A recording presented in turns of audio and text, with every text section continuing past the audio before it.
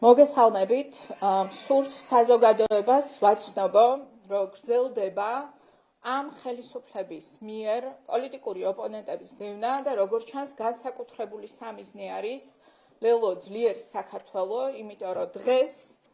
ერთდროულად სინქრონიზირებულად ჩვენი პარტიის სამი მნიშვნელოვანი წევრი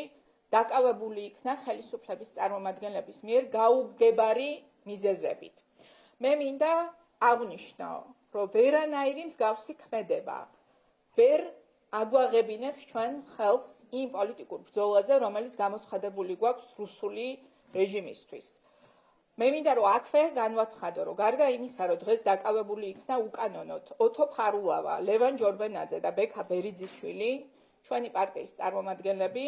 ჩვენთვის ცნობილი, ეხლა ცნობილი ინფორმაციით, ასევე განხორციელდა შესაბამისი დევნა სხვა პარტიის წარმომადგენლების მიმართ, მათ შორის ნაციონალური მოძრაობის წარმომადგენლის ბექა პაპაშვილის მიმართ და სავარაუდოდ სხვა პირების მიმართ. ხელისუფლება, რომელიც არის შესული ჩიხში, ხელისუფლება, რომელიც არის მოქცეული სრულ იზოლაციაში და ჩვენ ვხედავთ, რომ ყოველდღიურად მძიმდება საერთაშორისო წნეხი,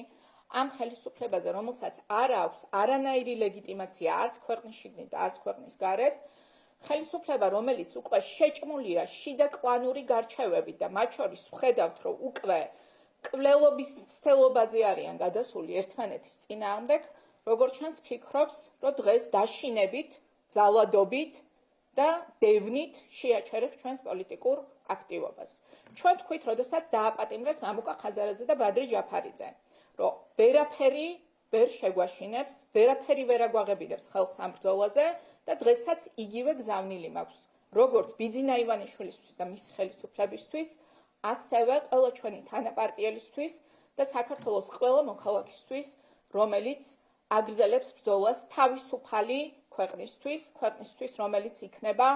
ევროპული სახელმწიფო, სადაც ვეღარავინ გათელავს ფეხქვეშ ჩვენს უფლებებს. რომ ეს ბრძოლა არ შეჩერდება არც ერთი წუთით და ყოველ ჯერზე, როდესაც გამალებული ძალით ხელისუფლება შეეცდება ჩვენს შევიწროვებას, სამართლებრივ დევნას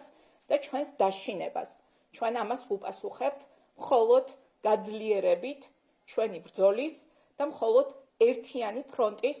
შეტევით ამ რუსული ხელისუფლების წინააღმდეგ. ჩვენ დავასრულებთ ამ ქვეყანაში რუსული